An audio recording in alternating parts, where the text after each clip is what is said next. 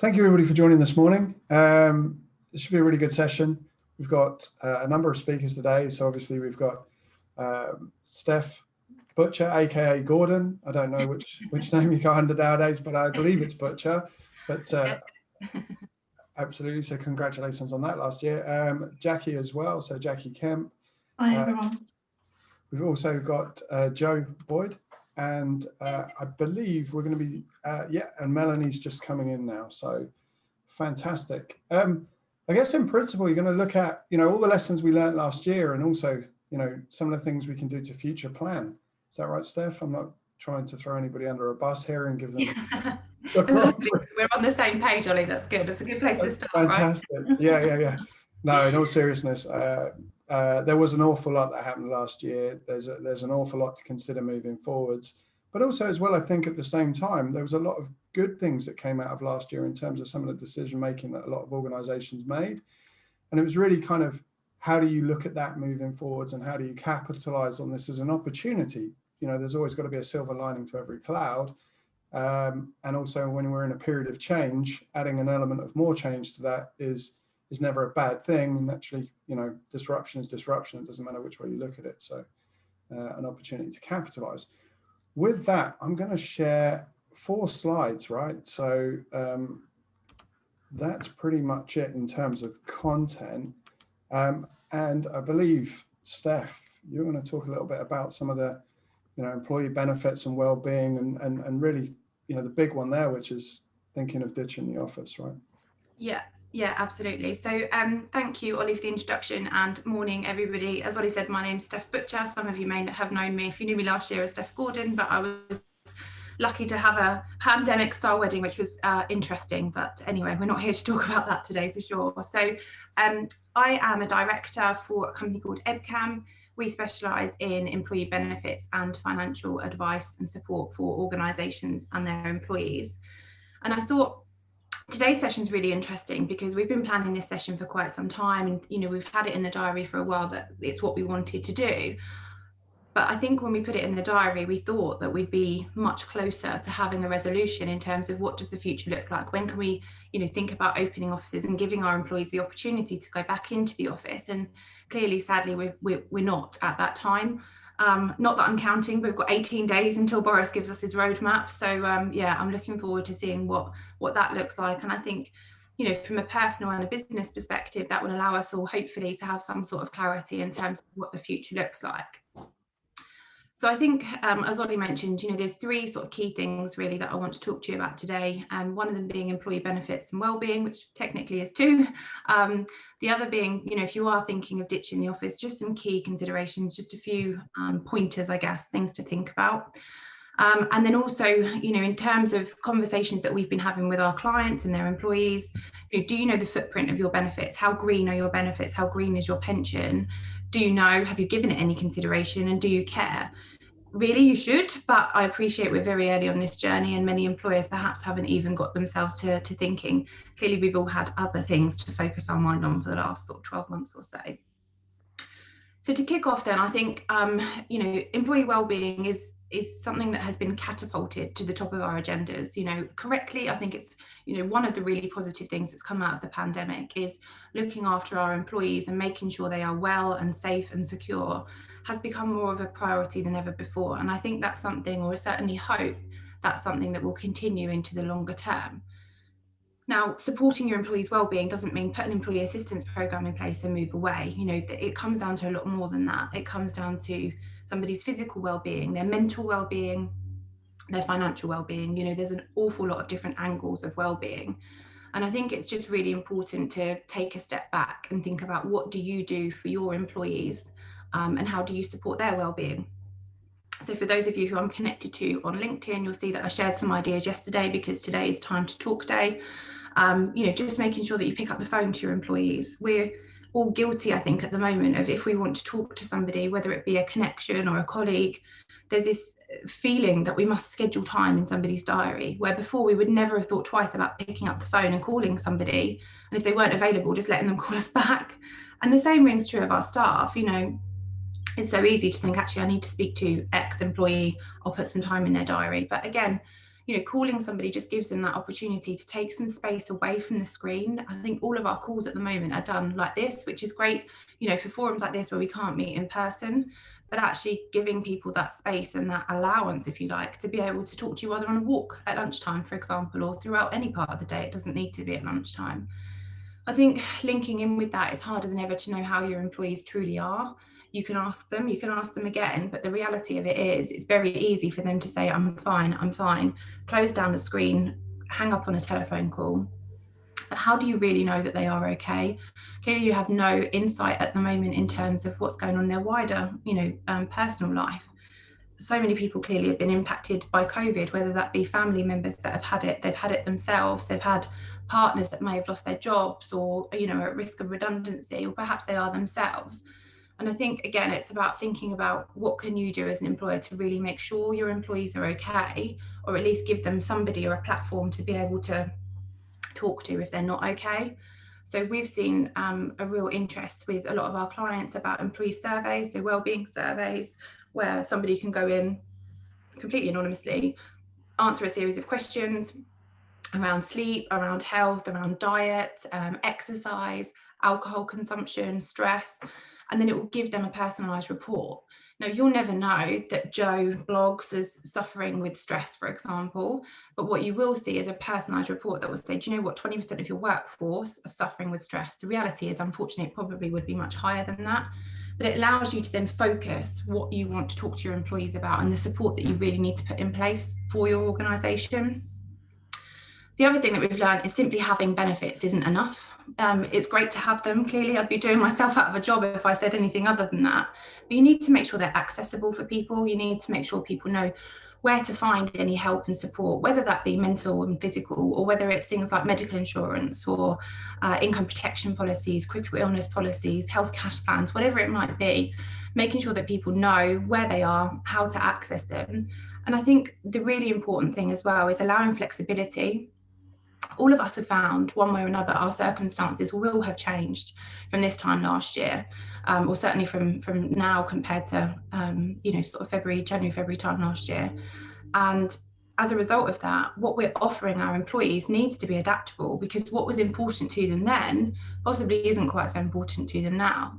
So offering, really high pension contributions, for example, is a fantastic benefit. It's really, really great. But the reality of it is, actually, for some employees, they may have more of a demand or a need to have that cash, here and now, or to be able to have that flexibility to say, do you know what, actually, can I trade some holiday, for example, in exchange for some extra life cover, because it may become something that suddenly becomes to the front of an individual's mind. When we then move on to the next point, so thinking of ditching the office, I think, there's a whole raft of different things that people need to really think about. Some of them fall within my remit, so things like benefits. So can your benefit provider, will they still offer that benefit if you don't have an office address? We had a situation recently where a private medical insurance company wouldn't offer a cover to an employer because in August they decided to completely remove the office that they had, save themselves the money on the lease, which was in central London, and get everybody to work from home. But in their case, they were an Irish registered business. It got very complicated and they needed to set up a Regis office. So they had an office address, albeit one that people weren't actually really going to necessarily go to. But they needed to have that to be able to continue with the benefits and to set up benefits for their employees. There's also then elements around contractual changes, so things like salary sacrifice or salary exchange. If you still have to sort of manage salary sacrifice in the way where employees have to sign a letter, so if you don't offer it as a default, or if you don't do it whereby an employee has a platform where they can electronically sign these things, then how are you capturing those contractual changes when people's salary changes, for example, or if they want to change pension contributions? Then there are things that don't fall within my remit. So things like health and safety, for example. How do you know that your employees are set up correctly at home? Joe made a really, really valid point, Joe Boyd, who you will hear from later, when we were catching up a few weeks ago. And hopefully, Joe, I'm not stealing your thunder here. But Joe said, basically, what we're doing at the moment isn't true home working.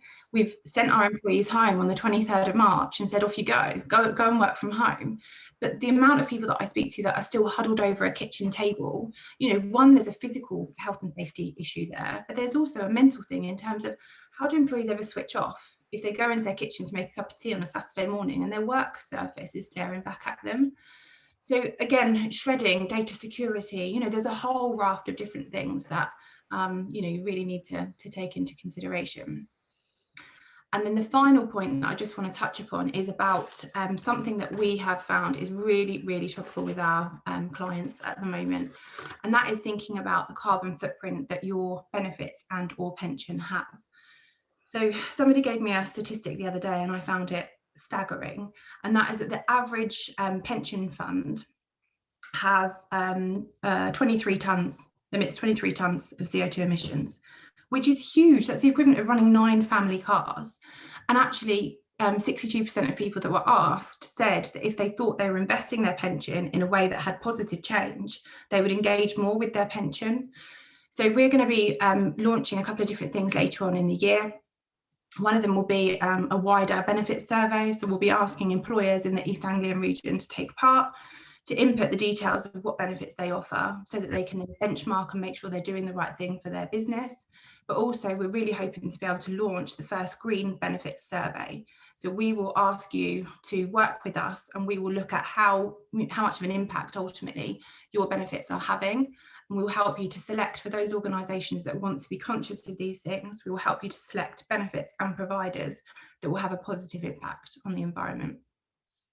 So I'm really conscious that we've got 3 other really fantastic speakers today, so I don't want to take too much of your time. If anybody wants to talk clearly about any of those things, then please, you know, my details are there, please do get in touch directly. Any questions I think we were going to try and capture if we can at the end, but if not, pop them in the chat and we're more than happy to provide a written response to you. But thank you ever so much for your time and I shall hand over to Jackie. Thank you, Steph. How are we doing? Sorry, just getting everything set up. So thank you, Steph. Really good to hear about everything that you're doing. And I really like the idea of looking into benefits that are carbon neutral or have less of a carbon footprint as well. And it's really good to hear you talk about well-being as well when we're talking about benefits. And today is Time to Talk Day. And I've put up the logo there from Time to Change. So if anyone's interested in initiating conversations around mental health and wellbeing, then please have a look on the Time to Change website.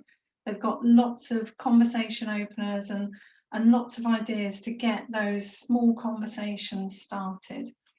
But looking at what we've learned from 2020, for me, I've seen lots of people have learned that managers really need to have more emotional intelligence and to know their people. They need to be able to connect with their people as individuals, which is so much harder when we're working at in remote areas and in remote places at the moment. They need to be able to lead those remote teams, to be able to connect with their people, to know what's needed for each individual and not to take that broad brush approach that we've seen managers take in the past. I was delivering training this week and somebody said, as a manager, do I really need to know the social aspects of my people, of what's going on in their lives? And yes, we do. 21st century managers need to know more. They need to understand what's real for their people, what's impacting them right now and their well-being and their mental health. And they need to be able to coach their people to success. They need to have so many different skills now, and they need to be able to promote good mental health, and they need to be exhibiting those habits that means that they are maintaining good mental health. It's no point your managers saying to people, we want you to look after yourself, you need to be, you know, just working your hours or taking the time that you need. If your manager is then sending off emails at 9 o'clock at night, 5 in the morning, or in the middle of the night even. I've heard of people getting emails at 1:30 in the morning. Really, this is not good. And now we've got these blurred lines between home and work. We really need to be encouraging people to take the time for themselves. I know Steph was talking about allowing people to be flexible with their benefits and to give back some of their holiday, but we all know that there's a certain amount of holiday that you have to take every year. But did people actually take that last year? Were their managers keeping on top of whether people were taking the time off that they should be taking off? Or did everybody have to squeeze it in over Christmas to just use up their annual leave because nobody was going away last year? So we're looking very much at helping managers to be successful in the future. And for them to be successful in the future, they really need to be looking at their emotional intelligence and their understanding of their people. And I've developed a 12-month management program that's been running, we're on our 6th year now. And throughout the program, managers learn the tools and techniques to help them to improve their emotional intelligence. So we use the whole 5 components of emotional intelligence. Managers become far more self-aware and more able to regulate their emotional response to tricky situations. They learn how to motivate themselves and what motivates them most, and the difference for their people, so how they can motivate others as well. And we build their empathy or empathic abilities, their skills to empathise with others and to have good social skills throughout the programme. And there's a strong coaching thread, so managers come every month and they are peer coaching every month to just embed that coaching behaviours. So it really is necessary for managers to have these skills and these abilities going forward into the future. We've also noticed that managers need to be far more aware of mental health issues, and Steph already touched on that earlier. In June last year, the Office for National Statistics said that, I think it was, the incidence of depression has nearly doubled since the COVID pandemic started, and that was in June last year, so that's not taken into account since June, so the last 7-8 months. So the numbers have doubled, and what they've found is that there are a lot more new incidents of people suffering with depression. So it's gone from, I think it was it 9.7%, something like that, up to 19.2% of people experiencing depression in the first part of COVID, and then lots of new people experiencing depressive disorders, so not just people with a history of depression. So the trouble with remote working and with what's going on during the pandemic is it's really easy to hide. I think there are lots of ways that people can find to hide when they're remote working.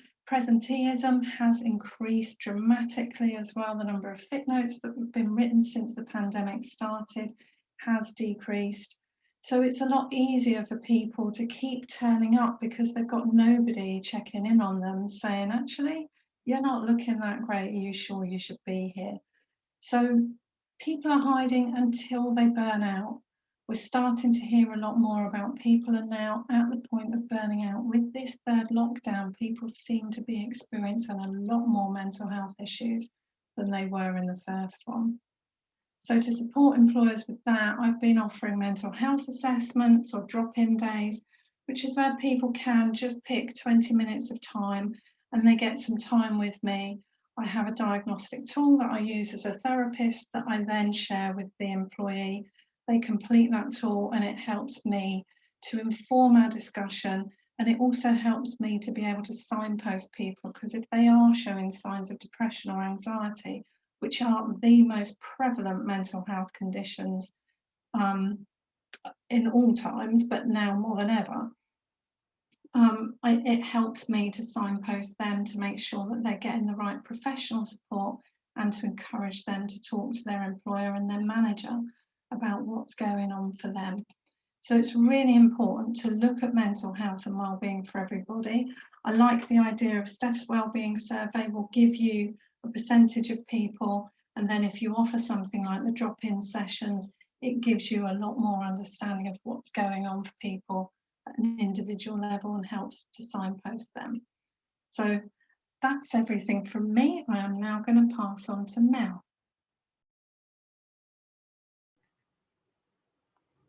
Hi, my name is Melanie Coshot. Hopefully you can see me and hear me. I am a career coach and I work with people both on a one-to-one basis and also with group workshops.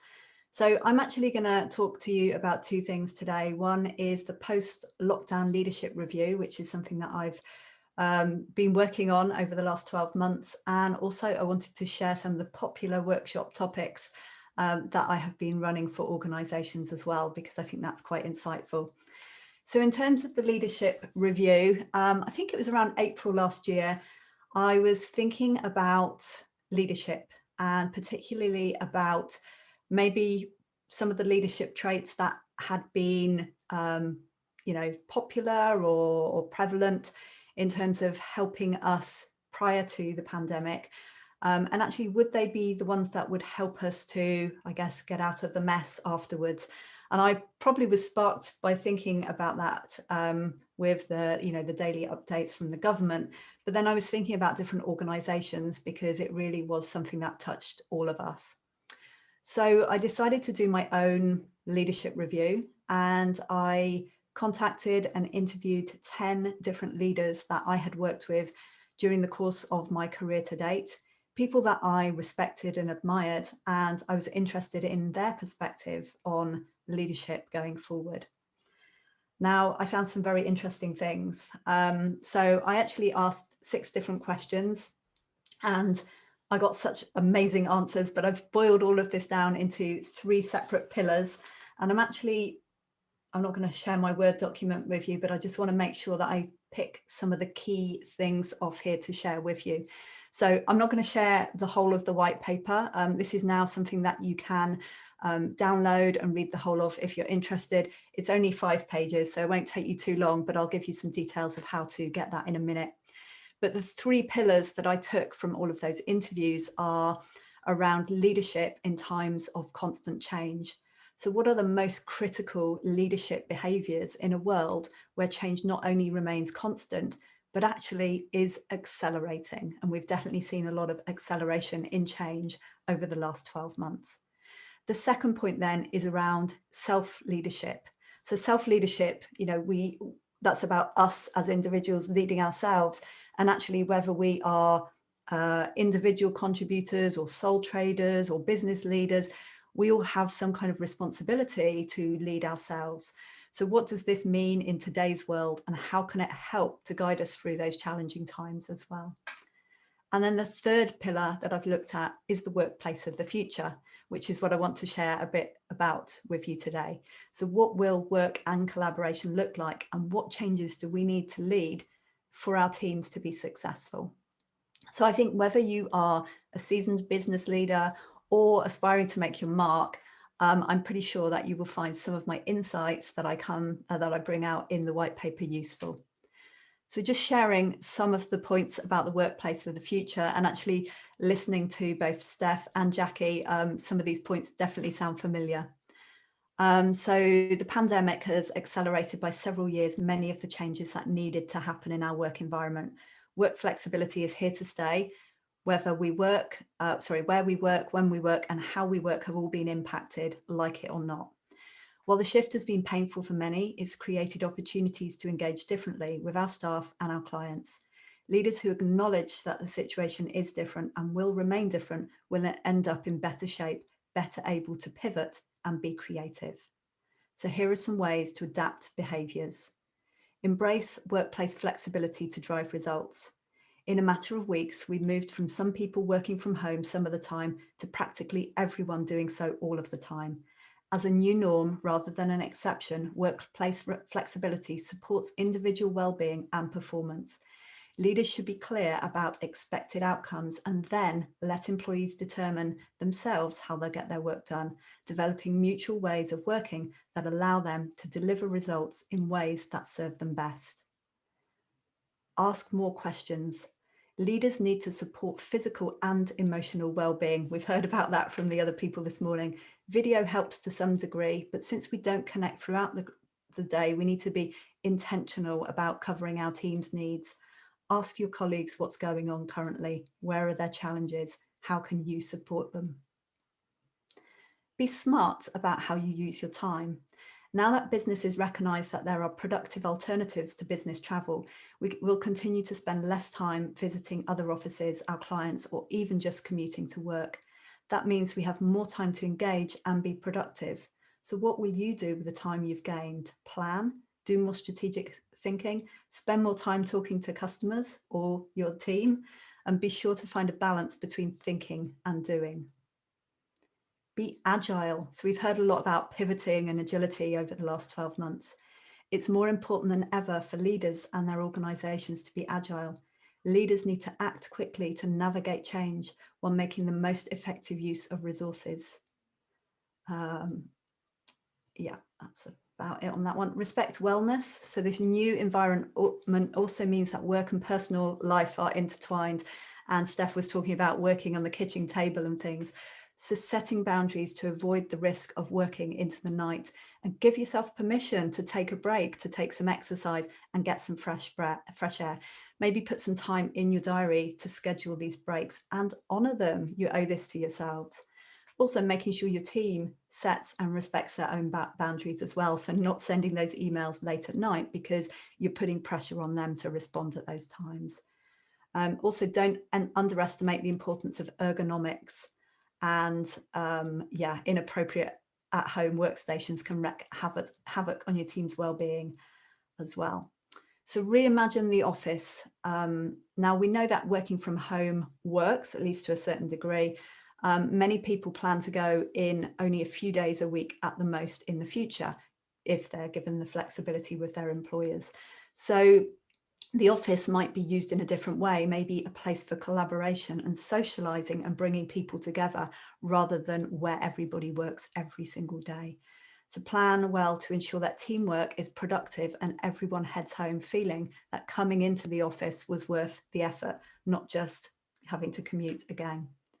And the final point is around adopting technology. So people have become accustomed to video calls as a possible, if inadequate, replacement for that physical interaction. So there are a variety of ways to rebuild a sense of community and the kind of the sense of the impromptu while working remotely. Now, you're not going to have those water cooler or those coffee discussions, but there are other things that you can do. So you can use tools to, I guess, monitor productivity without destroying trust, and monitoring well-being. So whether it's pulse surveys or simple apps or reminding us to drink water or things like that can be useful as well. So that was just some of the points that I wanted to share from my white paper. If you're interested in downloading it, if you contact me at my email address that's shown there, that would be useful. The other thing I wanted to share with you is around my workshops. So I run a series of 8 different workshops.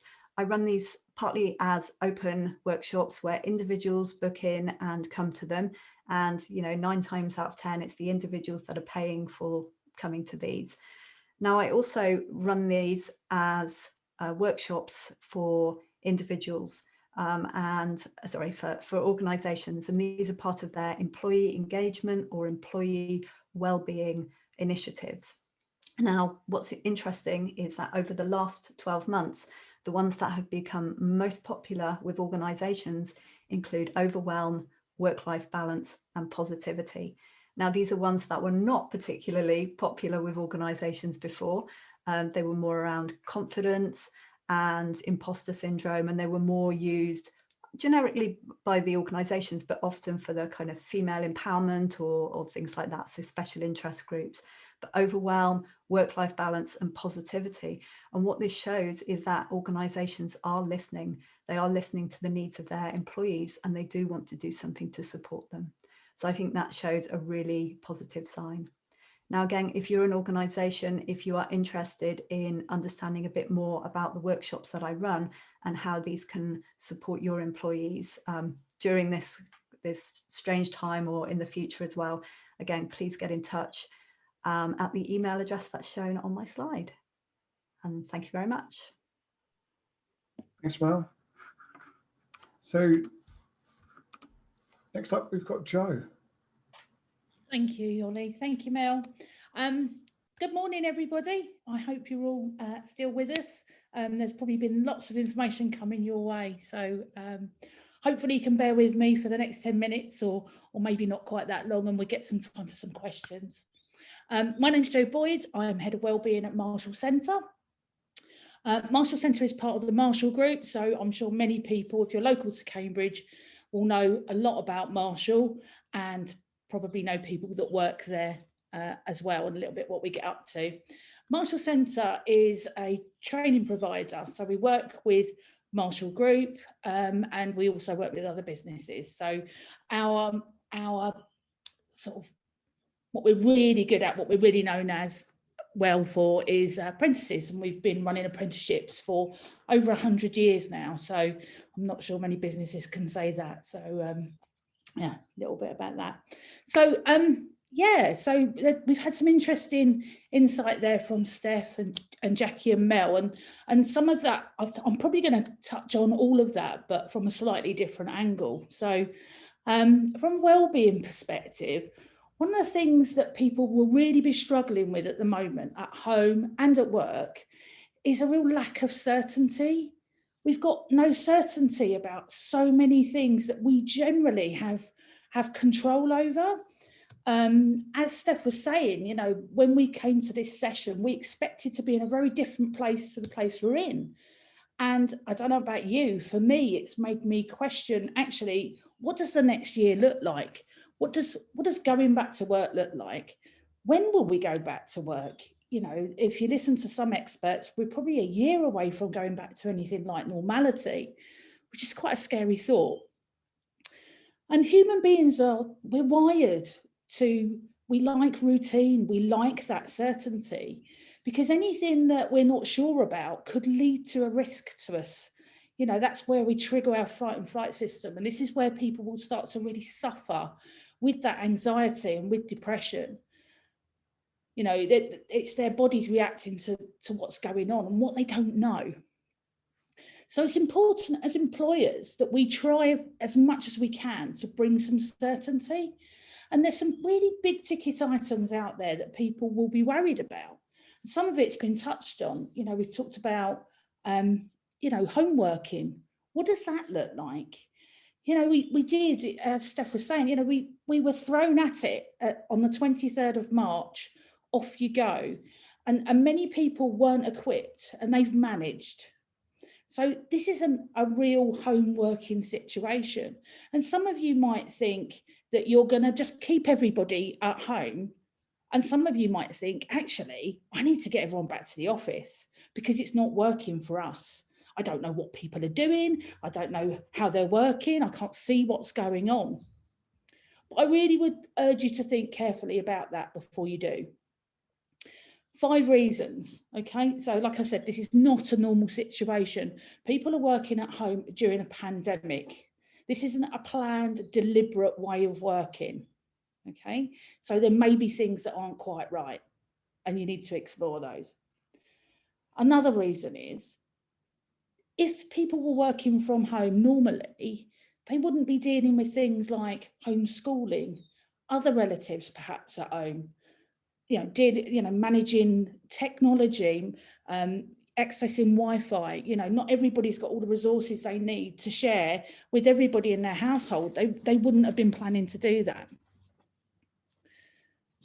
Another really important reason is that people have got used to this work-life balance, or a bit more work-life balance. Work-life balance is probably the wrong term. It's more about working agile, you know, working at the best time in the best way for us.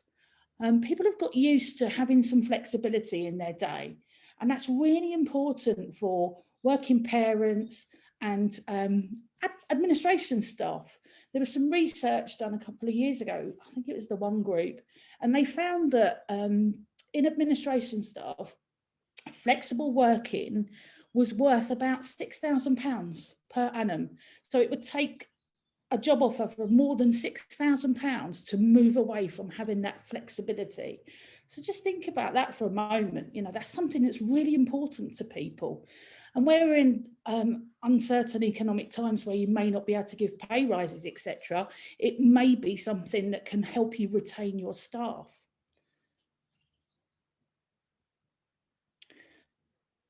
And the other thing with that is, if you're working from home, you don't have to work near where you live. Equally, you don't have to employ people near where you work. And that opens up the doors so much for talent. So you are at risk of losing your talent if they can work from home and work for a company anywhere in the country that will open up to home working and maybe visiting the office once a month or something like that, that's quite feasible. So you need to think about how you harness your talent and retain them in these times, but also you can then seek talent from elsewhere. So there's lots of opportunity there around home working, which may not be immediately apparent. So before you'd write it off, I would just urge you to explore it further. So, and I would, where you haven't already made decisions, just engaging with people on it. What's working? And how do you retain that? What's not working? Why is it not working? Is it because of the situation? If post-COVID we can, children are back at school, etc., are there things we can do to make that work? Have people got the tech? Have people got the equipment? Is it as simple as providing some equipment for people so they can work from home? Reduce your office costs, help them with their life balance. But equally, then how do you collaborate? Back to what Mel was saying. How do you use your office space? How do you bring it back? How do you bring people back in? But I'd really urge you to engage with people on these things.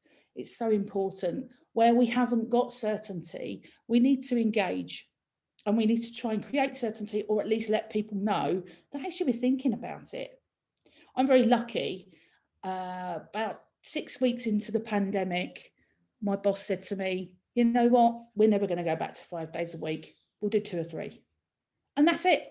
So I have certainty. I know, no, I don't know what days there will be. I don't know when that will be, but I do know that I don't ever have to go back to 9 to 5 in the office, unless perhaps I change my job. That gives me something. That gives me something to look forward to. The other thing that is really, really important, much more important than work-life balance at the moment, is job security. Are people feeling secure in their roles? Are you able to offer that certainty for people that actually financially you're okay and it's not going to affect their jobs or their pay increases or their bonus? But if it is, are you talking to them about that? If you've got people on furlough, do they know what that looks like for them? Do they know if they've got a role to come back to? Do you know if they've got a role to come back to? These are things that really fundamentally start to impact well-being people, particularly when they've got people around them in the similar situations. So if you can create that certainty, if you don't know, it's okay to tell them, and it's okay to work with them on it. You don't always have to have the answers, but they need to know that something is being done. You're working towards it. You're working to confirm how things are going to be. And I could probably talk all morning about all the things that you could create certainty with, but I just urge you, there are 2 key things that they really impact people, and you can get a big bang for your buck. But I'd just say to you, if you cannot create that certainty, you must engage. You must engage so they feel part of the solution. Even if it's not a solution they like, they'll understand it, and it will just help them with their well-being. So that's all from me. You're lucky I'm not going to talk all morning, but thank you for listening. And if you do want to explore any more, you want to talk to me about anything else, just please feel free to contact me and we can have a coffee or something. But yeah, no, back to you, Ollie. Thank you. Thank you very much. Thank you very much. There's so much to think about there. So many unique points. I've made a few notes down here of just some of the things that jump out at me. Now, for anybody that doesn't know, my primary function for the last 6-7 years has been around digital transformation and how organizations can move forwards and actually work in an agile way, but also how do they interconnect systems. This has never been a technological conversation. None of COVID has come down to tech. The tech has been there. It's been proven to be there for at least, well, I'd say almost a decade now, to be able to remotely connect with each other. But on top of that as well, be able to manage devices and machines in end users' hands remotely. And that's another key piece to this, because one of the pieces of frustration experienced by a lot of employees is when the laptop doesn't work and they need to get something done.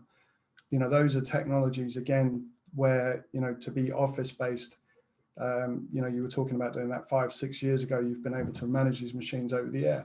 I have a really quick question for Jackie, though, because one of the things that leaps to front of mind is this is not a one size fits all discussion, right? And if you take myself, I work a stupid amount of hours. That's just who I am. I've done it for 20 years. And when I think of some of the people that I've worked alongside, they, these were people that existed on 3, 4, 5 hours sleep all day, every day, right? And it's well documented that certain high performing people can do that. Mm-hmm. The outcome is, and while that's acceptable and nobody's disputing that you can get away with that, the common consensus is unless you get 7, 8, 9 good hours sleep a night, most people can't function correctly, right? And that's why I'm saying from a leadership perspective, even though you're able to put out more than others, you shouldn't use that as a yardstick to gauge other people's productivity, right? Absolutely. And that's why you need that emotional intelligence in management, because without it, we're all, as leaders, measuring others against our own yardstick. So if this is the way I do things, then I don't understand why you're not doing it that way. Why can't you be responding to my email that I've sent you at 9 o'clock at night without thinking about, well, you've just had putting kids to bed and supper and everything else, and now this is your 10 minutes to you before you now have to start closing up the house for the night or whatever it is, so we have to be aware that what works for us doesn't necessarily work for others. And there's that old adage, treat others how you want to be treated. And I don't think that's right. I think it should be treat others how they want to be treated. Ask what's needed. With all your people, with what Jo was saying, with her people, you don't know what's going on for other people. You have to, as a manager, feel confident enough to ask. And equally, when we talk about things like time to talk day, as a manager, you have to be prepared to share your story about your mental health and well-being, because if you're not, you're still keeping that stigma of mental health alive and kicking. You're still saying, yeah, it's okay for you to talk about your mental health. Tell me what's going on for you. No, I'm fine. And it's like, I'm not going to open up to you if you can't open up to me. So managers need to have that ability to be vulnerable appropriately with their people, but also to recognise that what one person in their team is capable of, another person may not be. So you have to know the individual, you have to know what works for them. And on the thing about sleeping for 4 hours or 7 hours, if you're waking up and you feel refreshed and you've got energy for the rest of the day, you're getting enough sleep. If you're waking up and you feel exhausted, you're not getting enough sleep. It's that simple. So if you can go on forever without much sleep, Ollie, good for you. I need my 8 hours. No, I don't operate on 3 or 4 hours, absolutely not. 6 at a minimum. But I guess where I'm going with that though is, and also sleep is not, again, it's not a one size fits all, purely and simply because depression and other things contribute to how tired you are. So it is a slide rule. There was a point made by Jo on this though, which is again, something that's quite close to heart. I mean, part of digital transformation is things like AI and machine learning and automation, potential redundancies, repurposing staff. There's all sorts of things happening in conversations and think tanks around paying people not to work. That will become a thing, right? Where instead of, and they're looking at things like, how do we tax AI? Because if AI replaces somebody, we can tax it, take that money and then redistribute it to those people that it made redundant. So there's all these kind of conversations going on. But one thing is consistent, and that is change, but also the acceleration of change. And for anybody that's not familiar with this, I think there's a couple of books on the subject, and they're talking about the fact that when we get to the point where we're accelerating at such a speed that you're doing a decade's worth of change in a day, that becomes kind of a moment of singularity. People hate change. The brain is not good with change. It likes routine, it likes habit, everything that Jo mentioned. So being in a vulnerable place is really, really uncomfortable for a lot of people. What sort of tooling is there for people to become less anxious and less worried when they're existing in this vulnerable time? That's a question for either Jo or Jackie, sorry. I think there are a few things, and I'm sure Jackie's got some ideas, but immediately what springs to mind is some sort of resilience. You know, do we have the resilience to deal with the change? You know, how do we bounce back from that, or don't quite get knocked down as far? I think that's, for me, it's the one key thing that we need to be thinking about. The other thing that I can think would be, you know, within work, as Jackie's already talked about, it's line managers and the conversations and how we support people through that level of change. Like you say, it is not going to go away. It was always on the horizon. We were always on the brink of the fourth industrial revolution. This has accelerated it. And I don't think, you know, people think it will slow down, we'll go back to normal. That's not going to happen. And we'll see this mental health crisis grow and grow and grow as that realization hits and we continue to operate at this pace. So yeah, Jackie. Yeah, and I think that the thing with change is when it's change that we haven't planned for ourselves, then we struggle to adapt to it. Lots of people like change, but it's change that they bring about and that they've made happen. And I think a lot of people who struggle with anxiety and poor mental health issues, what they tend to be focusing on is those things they cannot change. And they're focusing on those things and saying, well, why doesn't this work and why doesn't that work? Because you're focusing on the wrong thing. What we can change is ourselves and the way that we approach these things. So recognize what's affecting you, why it's affecting you, and is this something that I can change or influence? And if I can't, then I need to learn to let that go and to focus my effort and my energy onto the things that I can impact and that I can have influence over, or that I can make something different, make something change and make something happen. And I think that's one of the cornerstones of resilience, actually, is knowing what to focus on and where to focus your energy and your effort. And people who are still hanging on to when we go back to normal, lots of us know we're never going back to normal.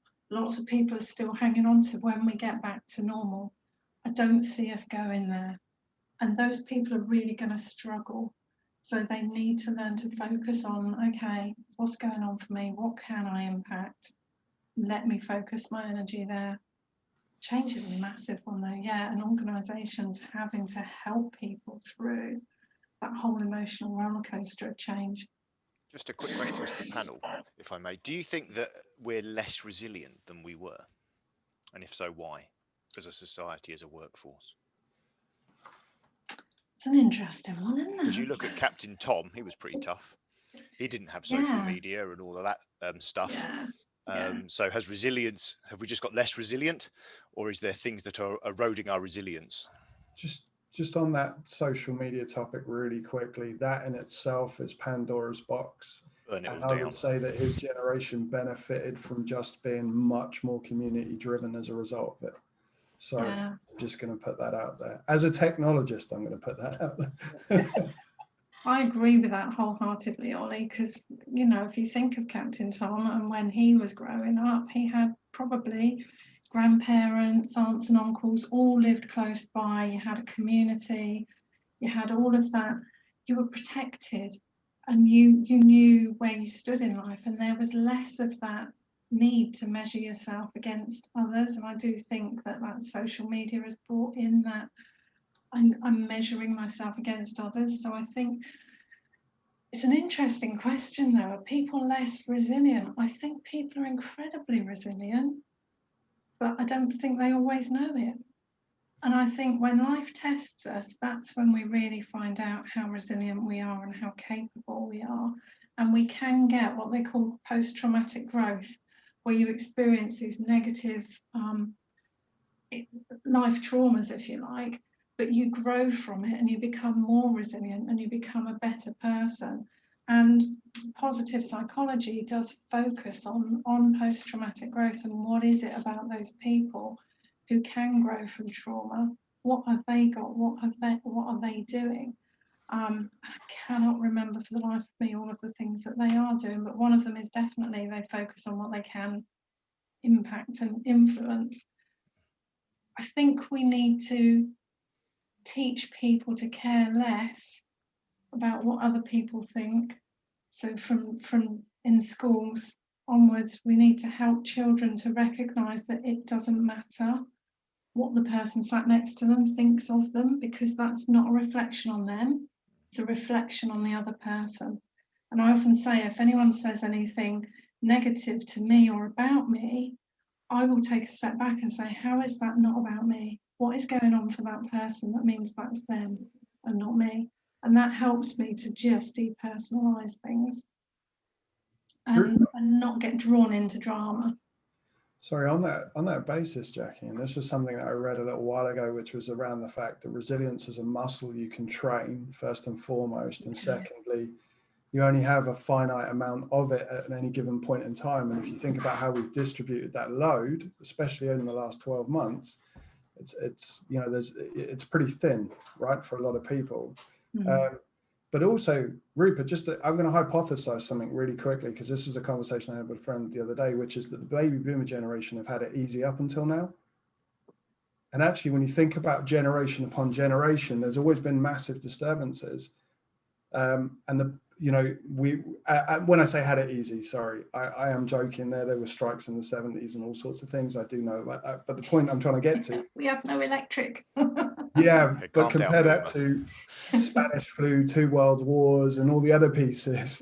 All of a sudden, it's not perceived, and perception is an important thing. It's an interesting one, in that what we're asked as a society and as a generation to be resilient against with our houses and our clean running water and our BMWs and our cushy office jobs in rural Cambridgeshire is a far cry from what previous generations have had to be resilient against.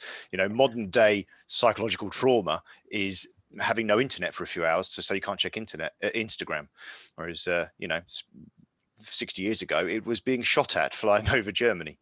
And so the what you're asked to be resilient against, I think, now needs to be taken into, you need to look at it in context, in that actually it's pretty cushy around here, even in lockdown, with your funky iPhones and all of that sort of stuff. Get some perspective.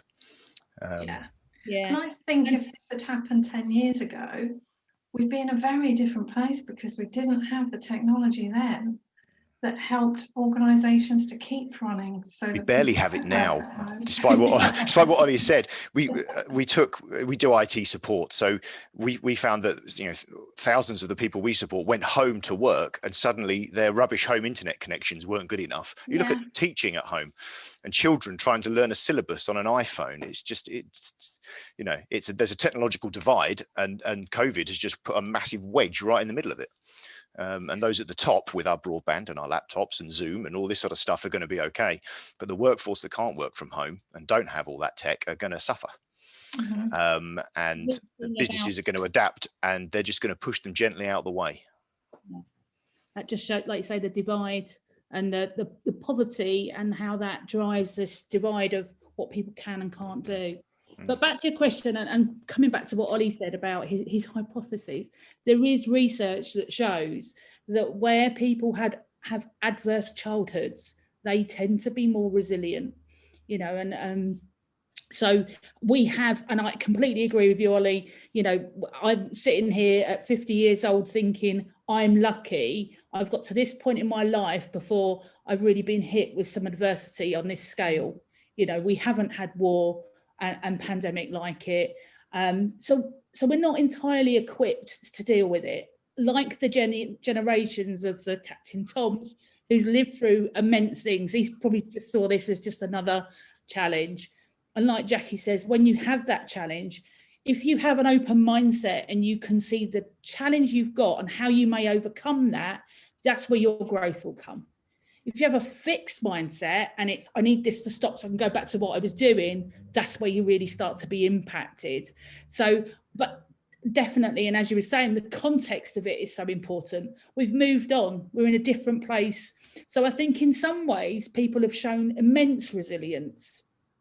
People who understood their role in this pandemic are incredibly resilient. If you think about all those NHS workers, I think about some of the guys we've got in work who know that them being in work means that NHS can get supplies. That is key to the pandemic. Shop workers, key to to feeding people in crisis. We go back to basics at this point. Incredibly resilient. But when you've got people on furlough, they're not sure whether they're going to have a job, they're running on reduced money, and you've got families like that, you've got, you know, like you say, children without the tech they need. That's hard. That's hard. Unless they have already lived through some crisis, they're going to struggle. But do you not think that's directly, well, it's directly related to your sense of purpose? And the bigger the sense of purpose, the more resilience you have. That's key to resilience. That's another part of resilience, Ollie. So if Yeah. you know who you are, what you're doing, how that brings something, absolutely you'll so, because you'll focus on what you've got to do. Mhm. Focusing on, and this comes back to what Jackie was saying about the control and letting go. Control what you can, let go of what you can't. It's really, you know, an Elsa moment from Frozen. I've never watched it, but I do think it's time. Let it go, move on, focus on what you can, grow that, let go of what you can't.